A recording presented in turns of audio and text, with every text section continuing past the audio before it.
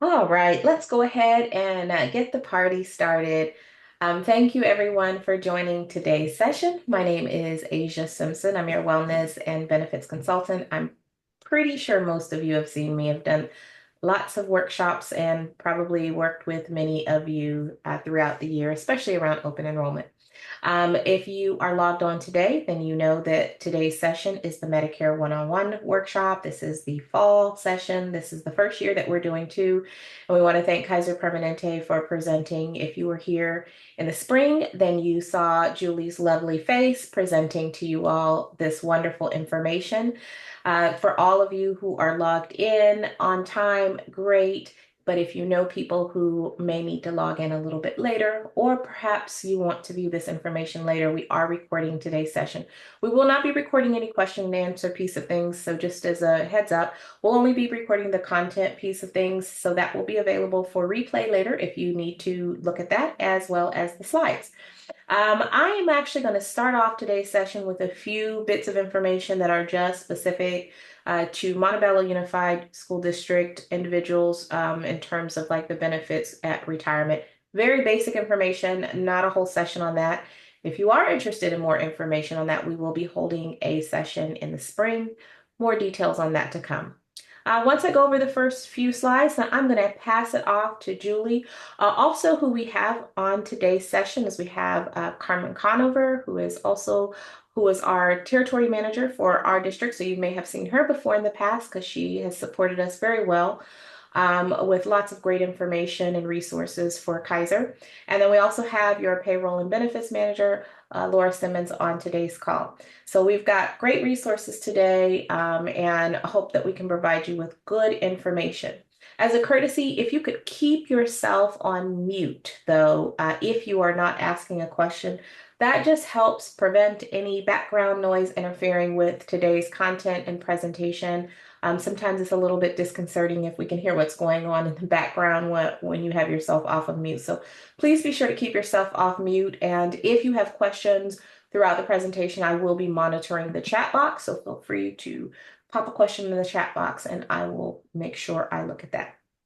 So to start us off, as I mentioned before, I am going to just go over just a few brief slides that are relevant specifically to Montebello Unified School District employees. And I'm going to share my screen. And if you don't mind, Julie, can you give me a thumbs up if you can see my screen? Okay, perfect. All right, so that means everyone can see this. So I kind of went over brief introductions already. I want to make a point about sensitive information, and then I will be talking a little bit about the MUSD retirement medical benefit contribution, or I should say reimbursement policy. And then just a brief point about two benchmarks that I know everyone gets confused about, just because there are some specific benchmarks as a MUSD active employee moving into retirement that you need to know about that are very different. And then I'm going to hand it off to Julie. So first things first, that's me, that's us. I want to also put my contact information here for you all. So if you want to jot it down, if not, you can head over to your benefits webpage, and on any of the flyers there, my information is on there. But if you do have questions, I encourage you, if there are specific questions to you, please don't share them during this session, only because that is your personal information. We want to make sure we help you, but if you have a personal question with personal details, let's take it offline. General questions, we welcome those, okay? So one thing I want to mention to you, if you are a Montebello Unified School District active employee when you retire, there are some important bits of information that you need to know. And please feel free to reach out to your benefits department for a lot more details. But for the purposes of this workshop, I wanted to just highlight a couple of important points. The first one is, if you are considering retirement or about to move into that retirement stage, to qualify as a regular retiree eligible for district contributions, also known as reimbursements, you must have had at least 15 years of service with the district. That's number one. And then number two, be at least 55 years of age. You can get this information in your benefits department, and you're likely able to also get this information in your human resources department. But the way that it works, just in a nutshell, is that if you qualify and you retire, The district will reimburse medical insurance premiums until the end of the month up until the age of 67. So there is a set amount, and that maximum amount that they'll reimburse changes each year. So make sure that you're paying attention to workshops that we have going on because we do announce what that is. And then the information is also posted on the district benefits webpage. That's a good place for you guys to go. Laura does a really good job, in spite of the fact how busy she is, of making sure there's great information on there. So you can always find out what the reimbursement amount will be for the upcoming year. And then after the age of 67, the district no longer provides reimbursement. So you're kind of on your own unless you are an MTA member who is paying into the trust and you're taking advantage of that. So that's a quick bit of information that I wanted to mention to you.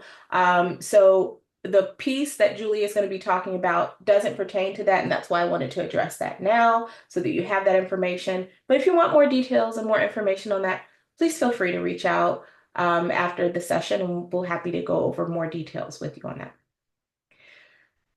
So just as a recap, so the reason that I brought that up is because I mentioned 67 years of age, that is where the district contributions or reimbursement stop. That has nothing to do with Medicare. And all of what today's session is going to be about from this point on is going to be about Medicare.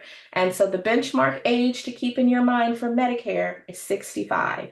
The benchmark age to keep in your mind for district reimbursements is 67. So that's how I want you guys to remember this. A lot of times it gets confusing, especially if you're approaching retirement age. So just keep that in mind. And let me know if you have any other questions on that later on, and I'm happy to address any of those questions. Okay, so Julie, I am going to go ahead and give you co-share ability so that you can share the wonderful information that you have to share with us today. And you should be good to go. And you're up. Yep. Okay, great. I'm going to share that. And then I need to find my screen back. Okay. So I think everybody can see my screen. And can everybody hear me okay? I had somebody earlier today that couldn't hear me very well, which is weird because I'm kind of known for being a loud talker. So I'm Julie Brady. I'm an executive retiree solutions manager with Kaiser Permanente. I have done this presentation many times before for the school district, so thank you for having me back. I'm part of a larger team at Kaiser that works on the benefits for CalPERS active employees and retirees who have CalPERS benefits. My specific area of expertise is Medicare, and that's why I'm here today to walk you through this Medicare presentation. So, what I'm going to do first is just give you an overview on Medicare, what it is, how to enroll, when to enroll. Then we'll look at how it coordinates with some of these Medicare plans, specifically looking at the Kaiser plan. Kaiser actually has two Medicare plans. And then I touch a little bit on the CalPERS process and the CalPERS website where you can go to get more information. So I think Asia will be kind of letting me know if there are questions in the chat, but otherwise, we're going to move forward. So who can join Medicare? Now, this is all federal that I'm going through right now. So you can join Medicare if you are 65 or older. That's when the vast majority of us become Medicare eligible. There are some other criteria for a smaller population. The first one is if you are under 65 disability, you've gone through that 2-year waiting period, and you are eligible for Social Security disability, you are automatically enrolled in Part A and B after you finish that 24-month waiting period. And then there are two diseases where you are enrolled, you can be enrolled upon diagnosis. End stage renal disease, also known as ESRD, that requires a kidney transplant or kidney dialysis. And then amyotrophic lateral sclerosis or ALS, that is also known as Lou Gehrig's disease. In all these situations, you do need to be a U.S. citizen or a permanent legal resident who's lived in the United States for at least 5 years. Now, again, this is federal. So I want to remind you that as long as you continue to work and you're covered by the district, or you perhaps it's a spouse of yours who you are covering. If they meet any of these Medicare requirements, they can defer or delay enrolling in Medicare until you, the employee, retires. So, what is Medicare? It's a federally funded health insurance program that was established in 1965, and it's administered by the Centers for Medicare and Medicaid Services, or CMS. So, that's just the federal body that oversees all the rules and regulations. Medicare includes four parts. So, first you have Part A, which is your hospital insurance, and then you have Part B, your medical insurance. Together, that is known as Original Medicare or Traditional Medicare. Now, Medicare was not designed to be full coverage. With Medicare, you have deductibles and coinsurance. So it's usually kind of an 80-20 if you remain with original Medicare. Once you meet the deductible, then Medicare pays 80%.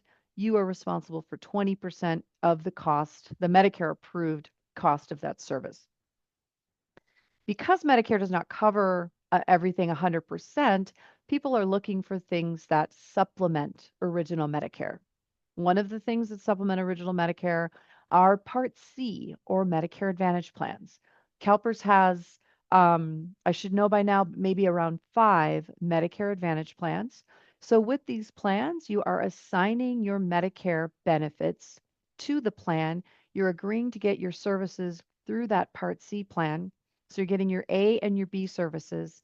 And then in many cases, these Part C plans also include prescription drug coverage, Part D. So they're sort of like full coverage. Part D is your outpatient prescription drug coverage. All of the CalPERS Medicare plans include Part D prescription drug coverage. Now, CalPERS also offers some Medicare supplemental plans. So these vary a little bit differently from the Medicare Advantage plans, but still the way they operate for you, you would still enroll in that Medicare supplemental plan. You'd still get your Part A services and your B services. And for either the supplemental or the Medicare Advantage plan, you will not see any deductible and you will have a much reduced coinsurance. So you won't be paying 20%. In many cases, you're not paying anything when you go to the doctor, or you're paying a small copayment. So looking a little more closely at Part A, this is your hospital coverage. So this covers you for hospital, skilled nursing, hospice, and home health care. So for Part A, it's considered an entitlement or an earned benefit. So if you have worked for 40 quarters or 10 years and paid Medicare taxes, you are eligible for premium-free Part A. So you've essentially been prepaying for your Part A premiums. Now, there may be situations for you where maybe you didn't pay into Social Security. However, most of you have been paying into Medicare. So if you're not certain if you've worked those 10 years or those 40 quarters, you would contact Social Security. They house all your work history in terms of quarters that you have towards both Medicare and Social Security. If you are not eligible under your own work history, you could be eligible through a spouse or a former spouse. And then Part B. Part B is your outpatient coverage. So this covers you for your doctor's office visits, your specialists, lab work, radiology, durable medical equipment such as CPAP machines, dialysis, and some preventive services. So Part A was inpatient and you're admitted to some type of facility. Part B is outpatient. You're seeking care, but then you're leaving. Um, Part A and B have many differences. Part A, you've already been sort of prepaying those Part A premiums. Part B, you have not. You will be required, once you are no longer covered by your employer group, to enroll in Part B and pay a monthly Part B premium. I'm going to get to the costs on the next slide, but you can pay your Part B premium through your Social Security check or your Railroad Retirement Board check if you are getting either of those. If you don't qualify for Social Security, or maybe you're going to delay Social Security, you can set up another payment method online using your debit card or mailing in a check. You see something on here, you've probably already been reading ahead. There's something called a late enrollment penalty. It's a penalty of a 10% premium increase for each 12-month period that you declined coverage. So some of you are thinking, well, hold on, I'm going to work until 67. Does that mean I'm going to have a penalty of 2 years because I didn't enroll in Medicare at age 65? No. The good thing for you is as long as you continue to have that coverage through the school district and through CalPERS, you will not have that penalty. The coverage you have as an active employee or the spouse of an active employee is primary to Medicare, and you will not have a Part B premium penalty calculated upon your retirement. So now you're seeing the Part B premiums. We are waiting for 2025. They have not come out yet. So you're seeing the 2024 Part B premiums. Your premium will be based on your adjusted gross income from 2 years prior and also how you file your taxes. So for 2024, you would go take a look at your 2022 tax return and find that modified adjusted gross income line on the tax return. In the table on the left-hand side, that is for singles or married couples filing jointly. And the smaller table on the right is for married couples who file separately from their spouse.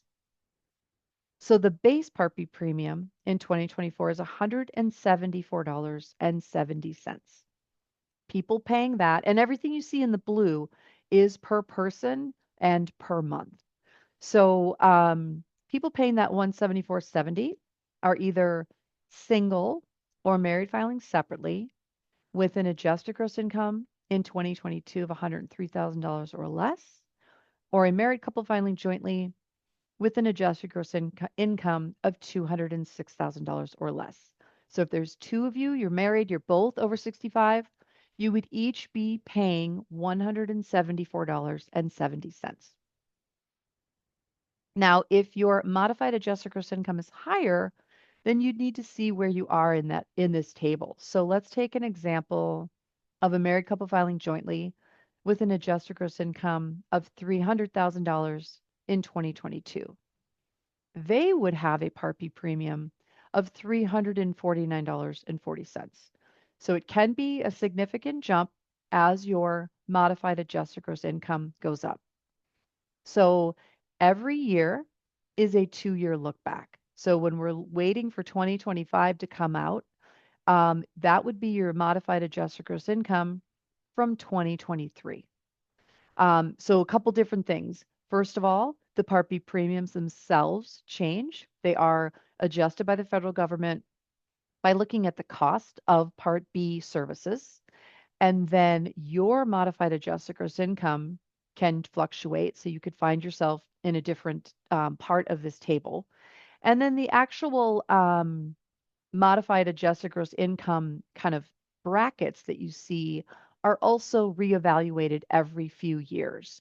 So the good news is you don't have to do this calculation or figure this out yourself. When the Part B premiums come out, it's usually a little bit after the Social Security COLA, cost of living adjustment, comes out. And then everybody who is getting Social Security or enrolled in Part B or Part D with the Part D IRMA, they will get a statement from Social Security that will outline exactly what your cost is. So you don't have to, you can take the guesswork out of it. Also, the first year you enroll, once you enroll, you will get a statement from Social Security and it will tell you what your Part B premium is. And I'm just going to stop. I don't know, Asia, if there are any questions. I know sometimes there are when it comes to the Part B premium amounts. So far, I don't see anything in the chat. Did anyone have any questions right now that you would like to ask with regards to the Part B premiums? If so, take yourself off of mute or pop your question down in the chat box. And just one other thing I want to point out with Part B premiums. Um, you might have a year where you need to take a large distribution from some type of retirement account, or you sell your house, you sell some shares of stock or something. Any of those that affect your modified adjusted gross income, you might see then 2 years later that bump in your Part B premium. If it was kind of a one-time thing, you can ask Social Security for a redetermination of your income. So it is a form that you can find with on the Social Security website, and there's some documentation that you're required to complete. You give a little explanation. Maybe you're getting a payout of your paid time off. So you can have an explanation. This is a one-time kind of a windfall that is not expected to continue. And then Social Security has a process they go through where they will decide whether to remove that portion of your income from your Part B premium or not. If you ever do that, if you're ever in the process of that, you want to make sure you're continuing to pay that Part B premium while Social Security is doing their redetermination, because they may decide against you or not in your favor, and then you would be responsible for paying those premiums. Julie, it doesn't look like anyone has posted any questions. Okay. All right. Great. Thank you. Okay. So let's take a look at enrolling in Medicare when you're first eligible. So everybody has an initial enrollment period. And remember, this is all federal again. So whether you're working or not, you still will enter this initial enrollment period. It is a 7-month window. It starts 3 months before the month you turn 65, and it goes through 3 months after.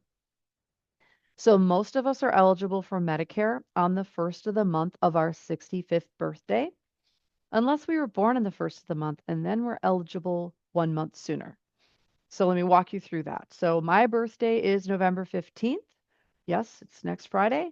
I'm going to be eligible for Medicare on November 1st of the year I turn 65. My initial enrollment period begins October, no, sorry, September. I'm losing my mind here. August, September, October. Then November is the month I turn 65. And then December, January, February. That's my 7-month window. If my birthday was November 1st, I would be eligible for Medicare October 1st. And my initial enrollment period would begin July. And it would go July, August, September, October, November, December, January. So you want to make sure you understand what your initial enrollment period is. Now, if you're already getting Social Security benefits, you are automatically enrolled in Part A and B, and you will get a Medicare card in the mail. So there's nothing you need to do. If you're not getting Social Security benefits, you'll need to take some type of action, and the action you take will depend on the working status of the employee or whoever is carrying that health insurance. So you would do this online. I recommend going online to socialsecurity.gov. I talked to somebody today. Their birthday is January 31st.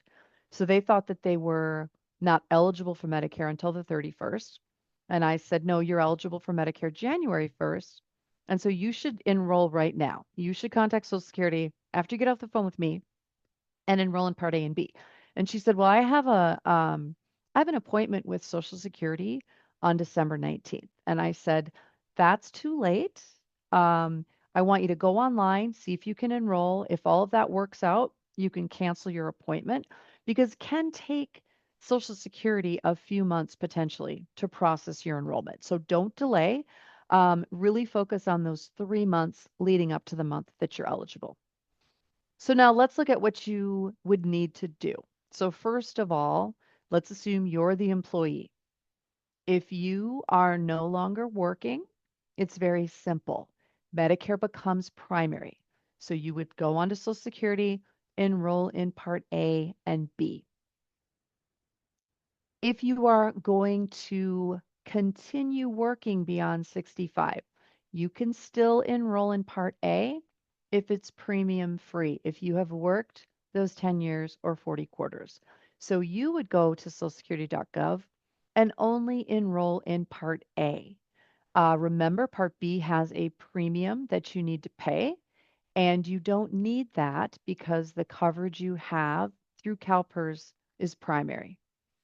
Now, if you are covering any family members and you're going to continue to cover them when they turn 65, their working status is really your working status.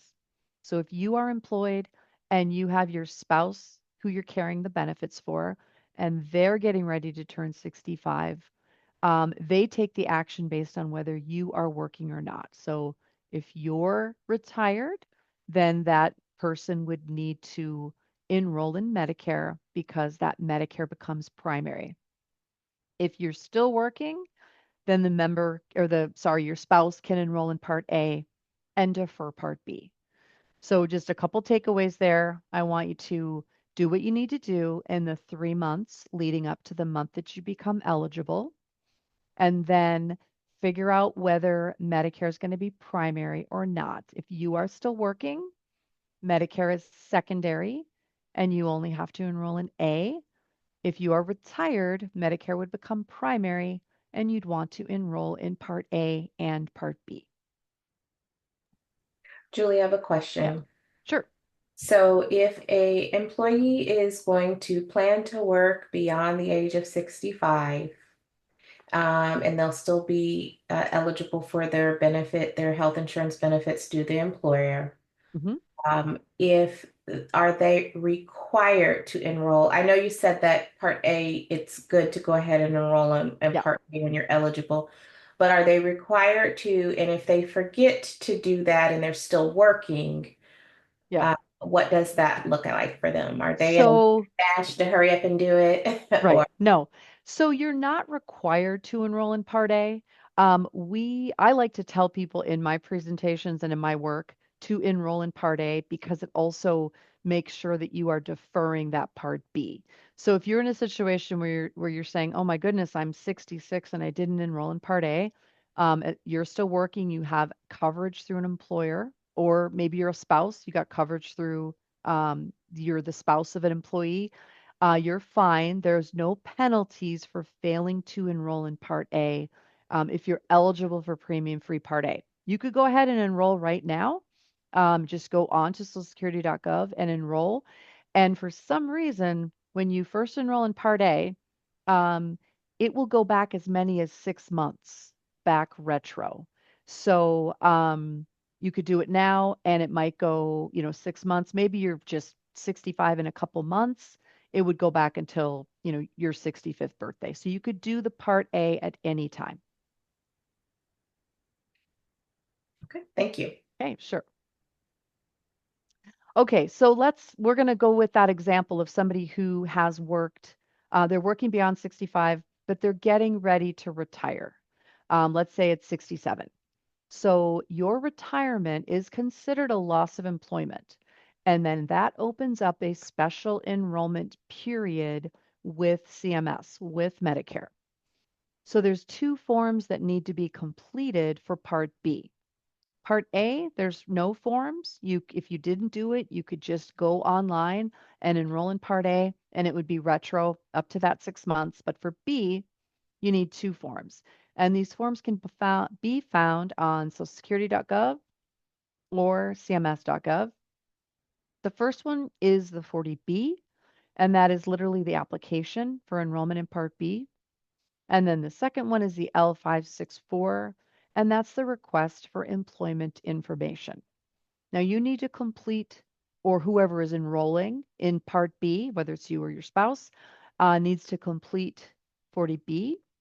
And then you have a portion of L564 to complete, and so does the employer. So you would have people at the school district that would help complete L564 because they need to attest that you had health coverage up to the date you want your Part B to be effective. So I'm going to show the two forms and talk about them a little bit more. So, I think a lot of people in school districts, you might retire like May or June timeframe. Usually, you get one extra month of coverage as an active employee. So, you will want to figure out what date your retirement health insurance would be effective. Maybe it's July 1st. The school district can help you figure out that date. And then that is the date you want your Part B to be effective. So let's say it's July 1st. You can start up to about 60 days prior to July 1st. to submit these two forms. So you would want to note on 40B at the very bottom in field 12, which is hard to see, but it says remarks, you can request your effective date of July 1st. And then you complete that form. Then L564, that is completed by you and the employer. So the employer is attesting. So their dates are going to be, if you're asking for July 1st, their dates are going to be you've had employer-sponsored health coverage through June 30th. When these two forms are completed, they can be uploaded securely to the Social Security website, and then Social Security will process those forms. Julie, Yeah. it looks like Roberta, did you have a question? Did you want to take yourself off mute and ask it, or did you want to post it in the chat box? No, I can ask it if I can, please. Sure. Sure. Yes, when you were saying that I plan to retire at 67, I'm under my spouse's health insurance, and you said that that can be done, but it goes retro and the insurance. When you mean retro, do you mean like back payments? I would have to pay back 6 months of back payment?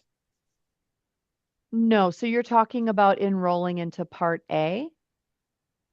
I Oh, plan to, Julie, for context, when you say the word retro, they think the MUSD employees think of it in terms of payments. Uh, Okay. So, can you clarify what you mean? I know what you're talking about. Like if you apply for Part A after the age of 65, you'll have coverage back as far as 6 months. I don't know if that's how Yes. you phrase it for her. Yes, yes. So with part A, so let's take my example, my birthday, November 15th. I'm eligible for Medicare Part A on November 1st. Remember, Part A, you're going to get premium free. You're not going to have to pay a monthly fee for that. Um, if you've worked 10 years or 40 quarters and paid Medicare taxes. So if I were to enroll in Part A late, let's say maybe in May, um, it would be retroactive back up to November. But since there's no cost to me for Part A, um, I'm not going to have to retro pay anything. It just means that my Part A effective date could go back as early as May 1st, or sorry, November 1st. Does thank you that make very sense? much. Okay. Yes, thank you very Okay. much. Good. Sure. Absolutely. Were there any other questions on that? I didn't see anything else in the chat box. If not, I'll let Julie go ahead. Okay. Okay. We're going to move on to Part D. Part D, I say, is simple. It's simple and it's complicated, but I want you to just remember this. If Part D is your prescription drug coverage, outpatient, if you are remaining with CalPERS for your health benefits when you're Medicare eligible, all of the CalPERS plans include this Part D drug coverage. Don't enroll anywhere else. So, for example, if you choose one of the CalPERS Medicare Advantage plans like Kaiser, it's going to have Part D. With Kaiser, you're going to go to Kaiser pharmacies to get your Part D prescription drug coverage. If you choose a CalPERS Medicare supplemental plan, like the PERS Platinum and PERS Gold plan, they also have Part D. I believe it's with Optum RX. So don't enroll anywhere else. Don't go to a CVS or a Walgreens and enroll in one of their standalone or an AARP. There's technically nothing you need to enroll in. You pick a CalPERS plan, and then you will get that drug coverage that comes along with that plan. Can I make a quick comment about that just to reiterate? Absolutely. Yeah. When you approach 65, you're going to get bombarded with 8 million pieces of mailers and from all over the place. And you may even get them from plans you're familiar with.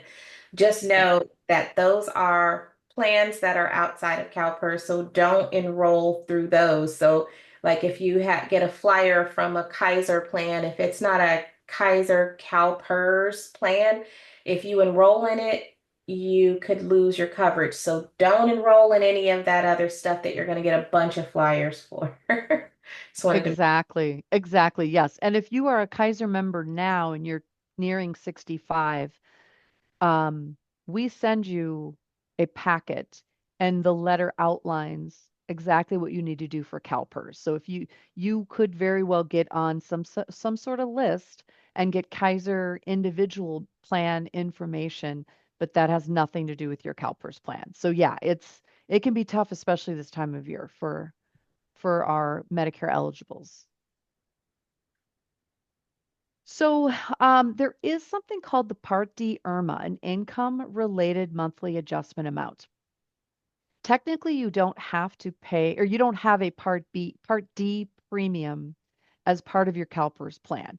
Whatever CalPERS plan you choose, there's one premium and it includes Part D. But for those of you who are considered to be a higher income earner, you will be responsible for a higher income Part D premium. So if you look at this chart, looks very similar to the Part B as in boy chart we saw in the very beginning. But you will see the first row says no Part D IRMA premium. So if you found in the Part B chart that you were paying that base Part B premium of 174.70, you have lucked out. You are not considered a higher income earner by the federal government, and you don't have to pay anything extra for your Part D. But let's take the case of the example earlier with a married couple filing jointly with an adjusted gross income of $300,000. They would have to pay $33.30 per month, and that's also per person. So if you find that you're subject to a higher Part B as in boy premium, you will also have to pay some type of Part D IRMA. With Part D, if you're subject to this IRMA, you will be notified by Medicare. And if it's not taken out of your Social Security check, they will bill you quarterly. Just like Part B, we are waiting for the Part D IRMA to come out. It should be out any moment. And if you are assessed a Part D IRMA, you will get, from Social Security, it will outline how much you are required to pay. So it won't be some sort of secret. And just like Part B, each year there is that 2-year look back. So right now what you're seeing is the 2024 Part D IRMA, and the look back is for 2022.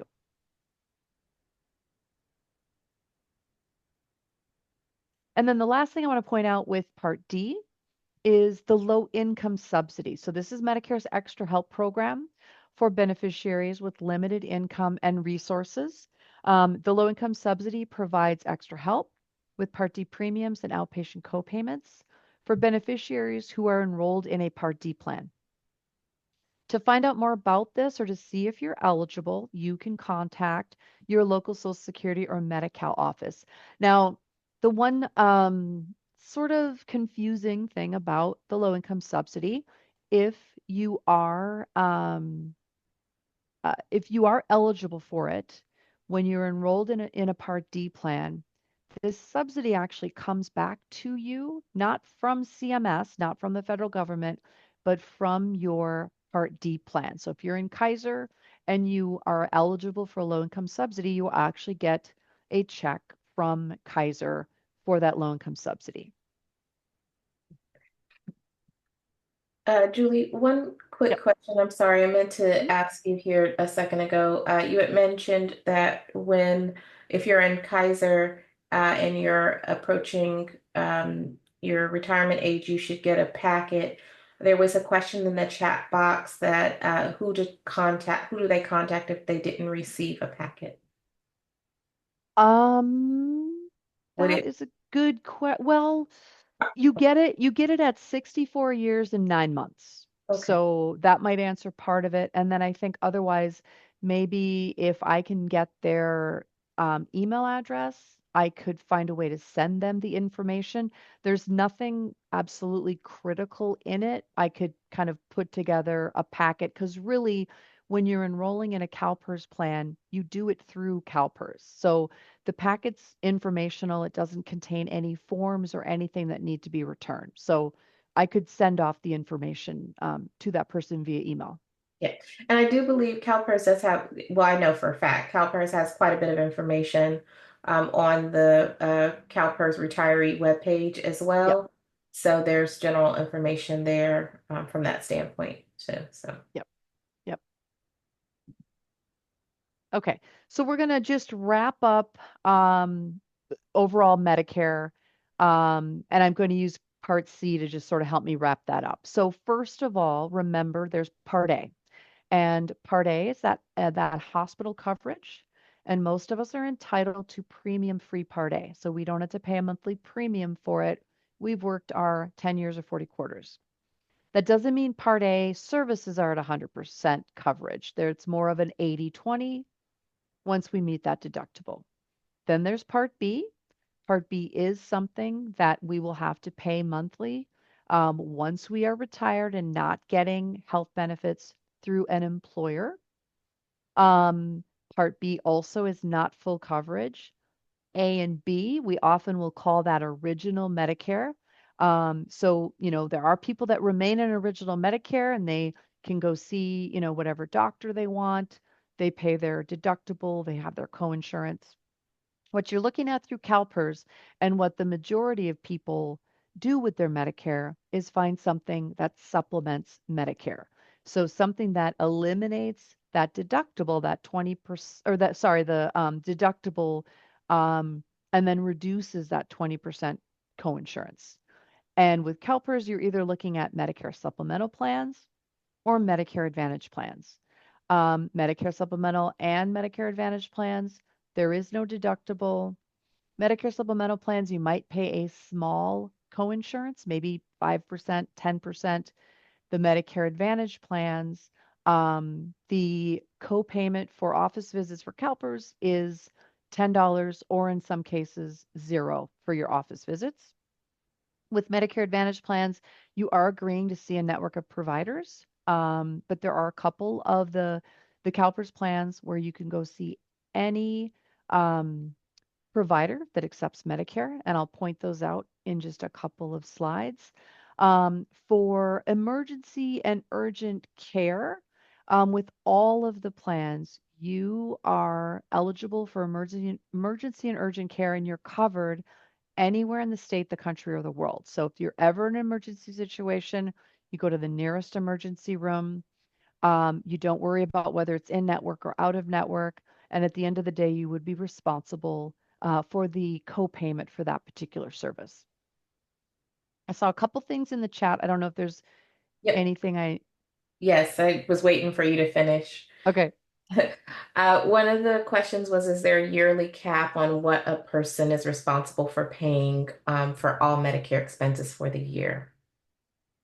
So that's a good question. It's going to depend on the out-of-pocket maximum. So on the supplemental and the advantage plans under CalPERS, I'm just going to pop ahead one slide just to show them.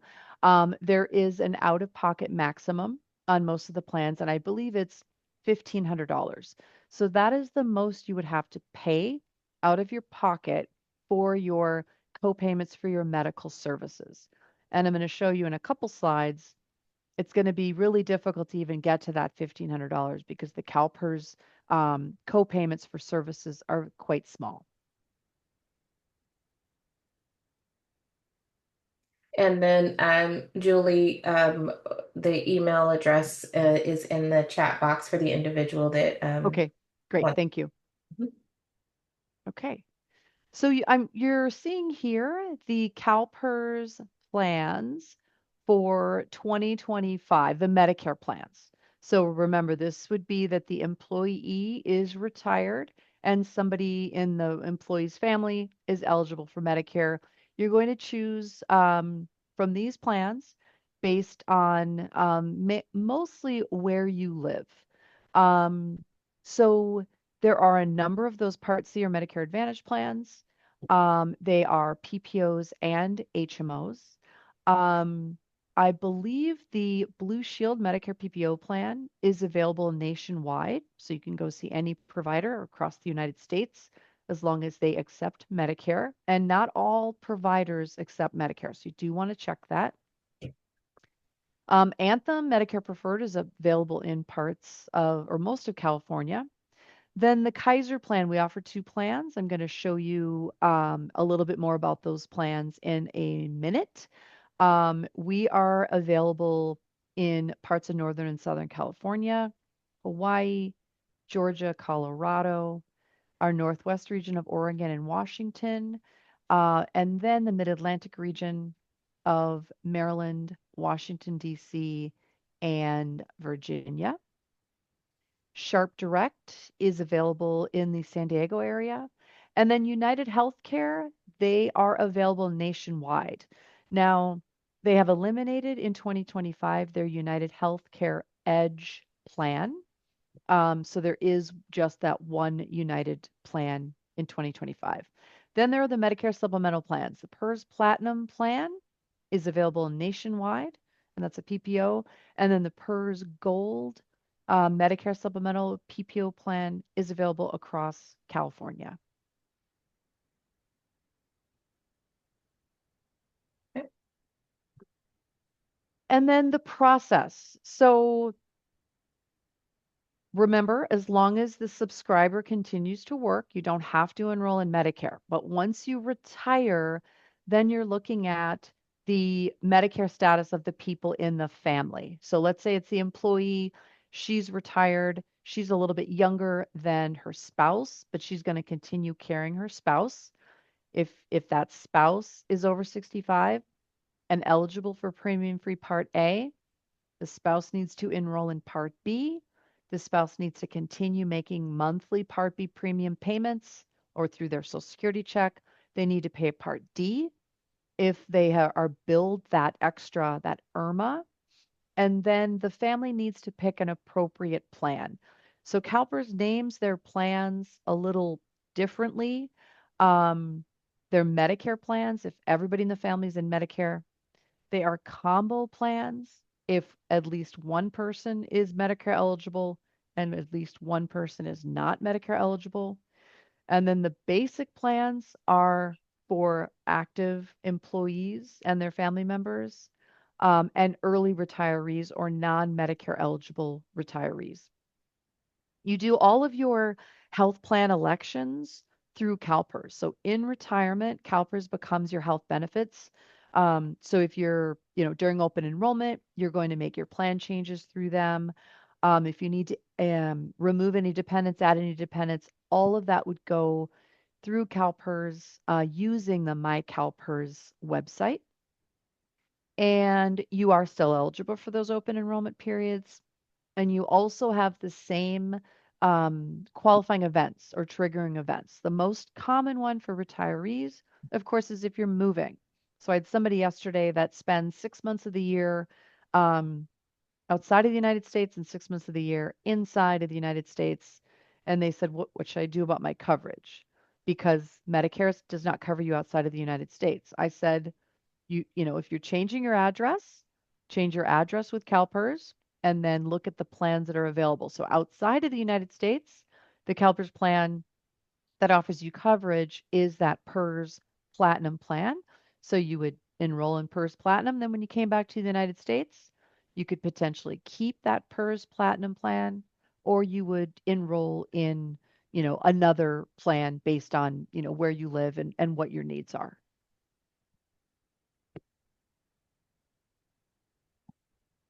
And then I'm showing you on here two forms. So the one on the left is more of an FYI. It's a certification of Medicare status form. If you get this form from CalPERS, it means that there is information that they're trying to get that they can't get, and they need you to complete the form. So it's basically they're asking you to certify either that you have Medicare or that you don't, and why not.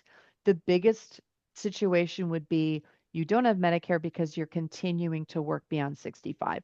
So just go ahead and complete this form to the best of your ability and send it back to CalPERS. What you don't want to do is ignore it.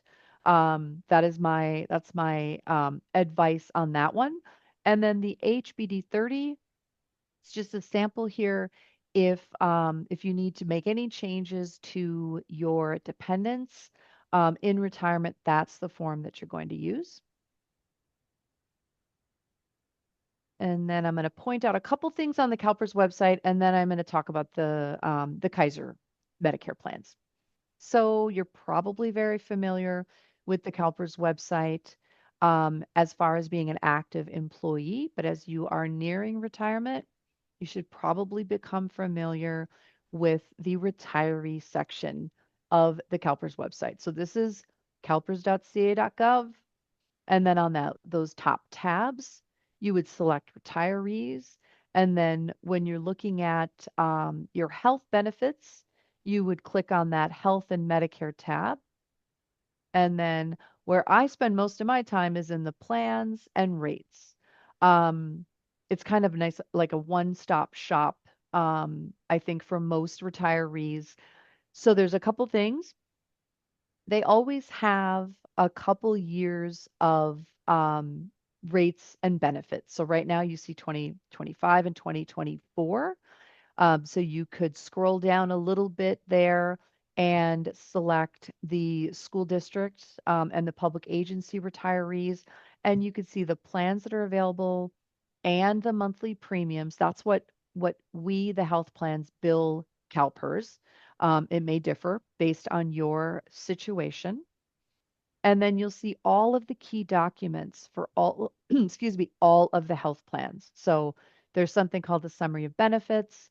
There's a much larger document and evidence of coverage. That's all can be found there. On the far right in resources, search by zip code. This is a big thing that I always remind people. So if you are thinking about moving, um, take a look at CalPERS health plan search by zip code. You would type in your zip code and then you could see the plans that are available in that particular zip code.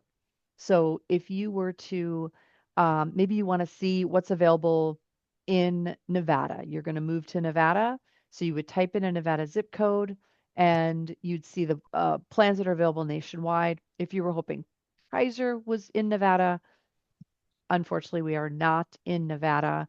But that's the tool that you want to use because CalPERS won't let you enroll in a plan that is not available when using your home address. Health benefit summaries at the bottom. It's always nice to just take a look at those summaries. I took this slide a little few weeks ago, so it doesn't have 2025 on it, but you will see 2025 and 2024 health benefit summaries on this page. And that's basically a high level summary of all the health plans, a little bit of a comparison. There's a chart by county showing you which plans are in which county. So that's a nice one stop. I think it's about a 40-page document, but I just do kind of a control find on, any of the keywords that are important in that summary. All right, so I'm going to spend a couple minutes on the Kaiser plan. So our plan is a Medicare Advantage plan. It's called Senior Advantage. It includes Part D. In our plan, you would get all of your benefits through Kaiser. So you'd go to Kaiser doctors, Kaiser hospitals, Kaiser pharmacies. And you do need to live in our service area. So we are restricted. We are not available in any entire state. And you do have to use your home address. So if your home address is not in our service area that we submit to the federal government, unfortunately, we're not allowed to enroll you. So we do have a little map of the states that we are in. But again, remember, we're not in any entire state. So you would want to go to that CalPERS website, use that zip code tool, type in your zip code, and then you could see if where your zip code is actually in a Kaiser service area. We have two Medicare health plans for CalPERS members. I believe we added the one on the far right called the Summit Plan in 2023. Um, there are two main differences. The Senior Advantage plan has $10 office visits. That's been kind of the traditional cost. The Summit plan has no cost for office visits. And office visits mean outpatient surgery, doctors, specialists, physical therapy, etc. That's the one difference. The second difference is, of course, the premium. So the premium we bill CalPERS for the Senior Advantage plan is about $50 to $60 cheaper than the Senior Advantage Summit plan. So most people, if they're, relatively healthy, they don't go to the doctor very frequently, they are completely satisfied with that Senior Advantage plan because it does have the lower monthly premium. I already talked about that $1,500 maximum out-of-pocket cost. So things that accumulate to that maximum that you're going to pay in a year would be those $10 office visits, $10 outpatient surgery. Both the plans have a $50 emergency room visit. So it's going to take many, many office visits and emergency room visits to reach that $1,500 maximum out of pocket. Both plans have no cost for preventive care, lab tests or radiology, hospitalization, durable medical equipment such as CPAP machines, and ambulance. And then the prescription drugs are the same. The copays are the same on both plans. $5 for a 30-day supply of generic and $20 for a 30-day supply of brand. And then those routine medications, you can get a 100-day supply via mail order for the cost of 2 copayments. And we're in the home stretch. I have 2 slides left. So But I don't many, yeah, questions. I was just saying I don't see any questions here okay. that haven't been answered. So Okay, great. So many Medicare Advantage plans and Medicare supplemental plans offer benefits that are not necessarily 100% medical in nature. Um, and they differ by plan, so they're not Medicare covered benefits. So if you are not looking at the Kaiser plan, you might want to go take a look at the CalPERS website and look at the other plans to see what additional benefits they offer. So I'm showing you right now what the Kaiser plan has. A couple to point out, we have a vision benefit. It's a $175 eyewear allowance every 24 months when you get your prescription eyeglasses at a Vision Essentials location. Acupuncture and chiropractic benefit, that is 20 sessions, self-refer through the American Specialty Health Network, and there is a $15 copayment. One Pass is our new fitness benefit in 2025. So it is replacing Silver and Fit. Same concept. You can get actually multiple. You could be a member of multiple gyms at the same time, standard or premium.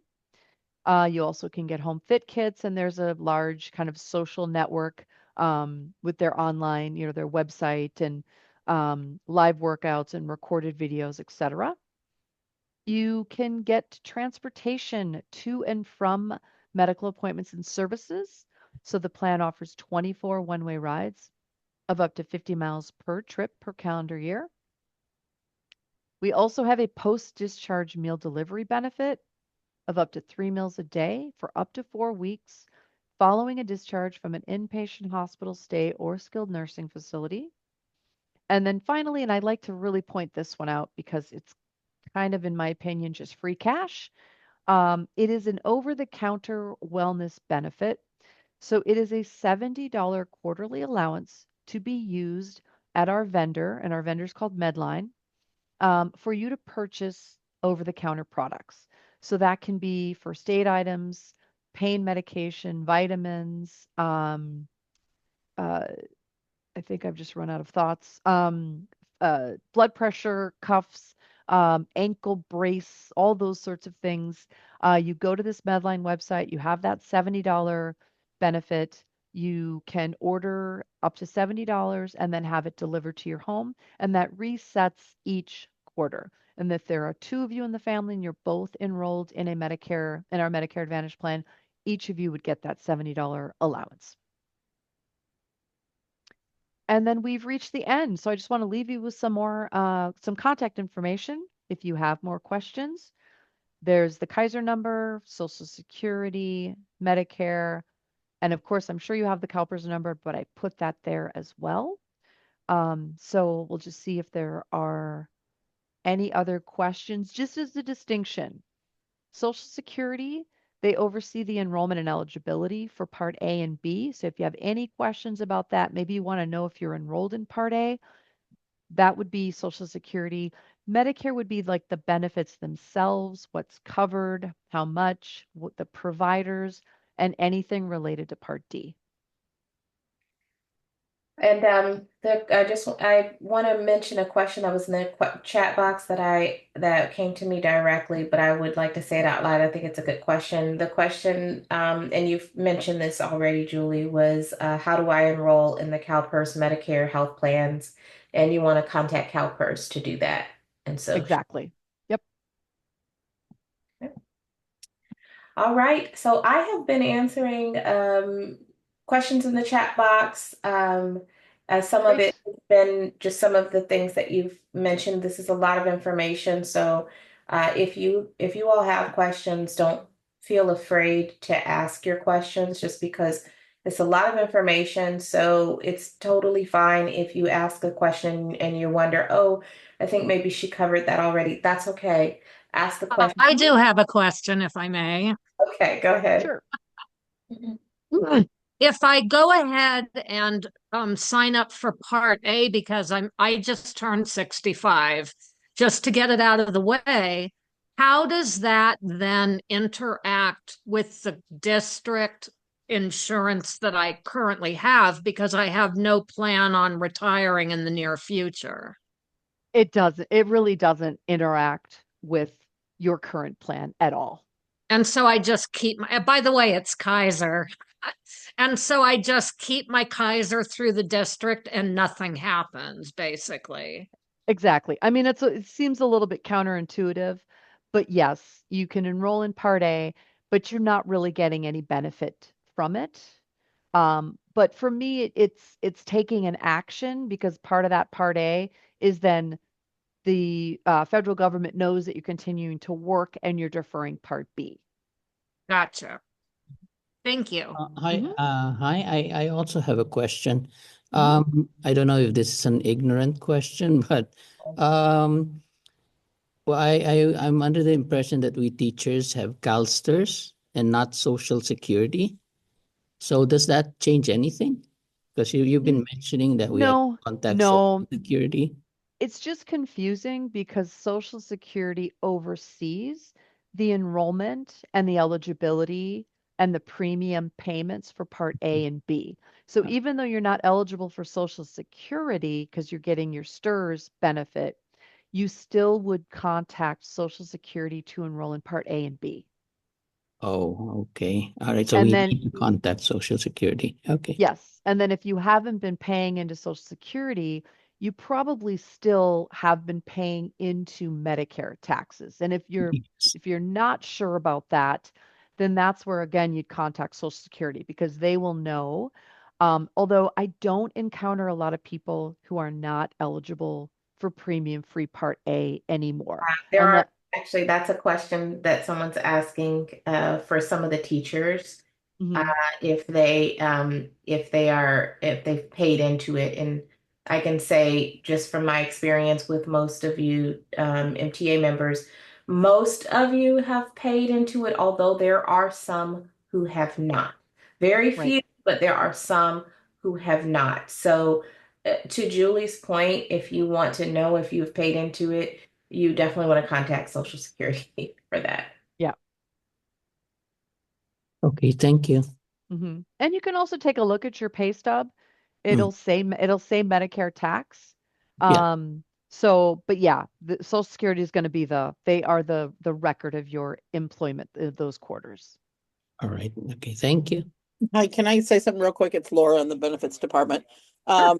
Actually, on your check, it's going to say MEDCAR, Okay. and then it's going to say DED for deduction. Excellent. Thank you. Well, I don't see any other questions in the chat box.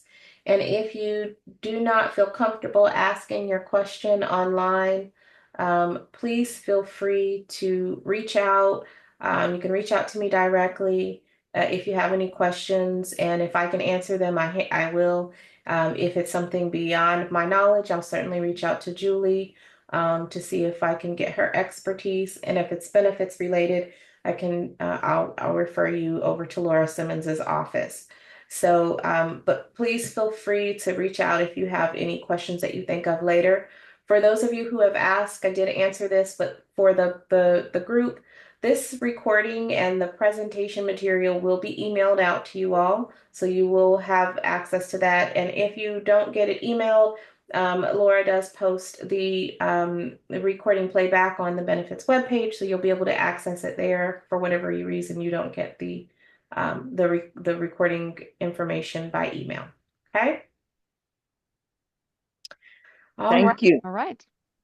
All right. And Laura, did you have a bit that you wanted to say before everyone left out? No, but at any point in time, you guys have questions about retiring or how your benefits work when you retire and all that good stuff, just send me an email. We can set up an appointment and I can give you detailed information specific to you and your family. And that's a good thing too. Specific information is always helpful. I think I have a question. Asia, you already answered part of it. I said that my daughter is 23, and if I retire, she'll be covered. I'm 65. But for the Medicare, I will still have to pay that Part B, right? Yes. But so for her, I'm not going to pay anything. For her, Right.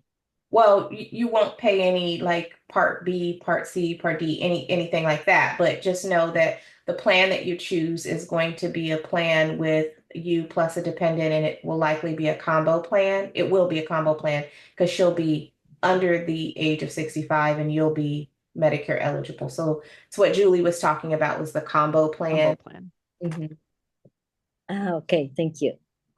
I just thought of another question. I'm sorry. So the premiums that we have to pay for Part B, and the other premiums, is that what is covered by the MTA Trust Fund?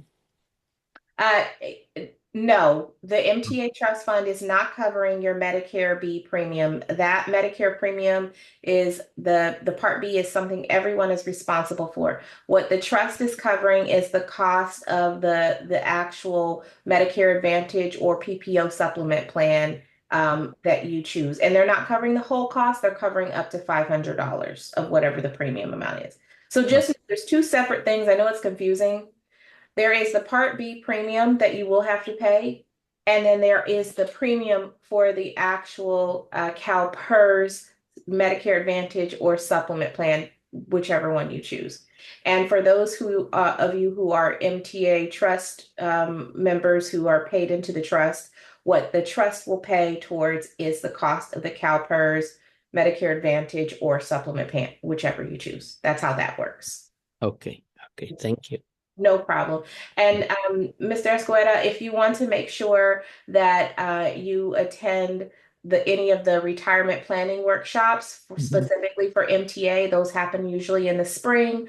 A flyer will go out. Then, MTA will also be explaining that and how it works with the trust. So don't forget to attend that. And you can always reach out, one-on-one as well. Okay. All right. Thank you so much. No problem. All right, without further ado, I don't want to hold anyone any longer. And Julie and Carmen, thank you so much for being here today. As always, thank you very much for presenting such great information. We appreciate your time. And that will conclude today's session, everyone. And have a great weekend. And let us know if you have any other questions. Okay. Thank you. Thank you very much. Great info. Bye-bye. Thank you.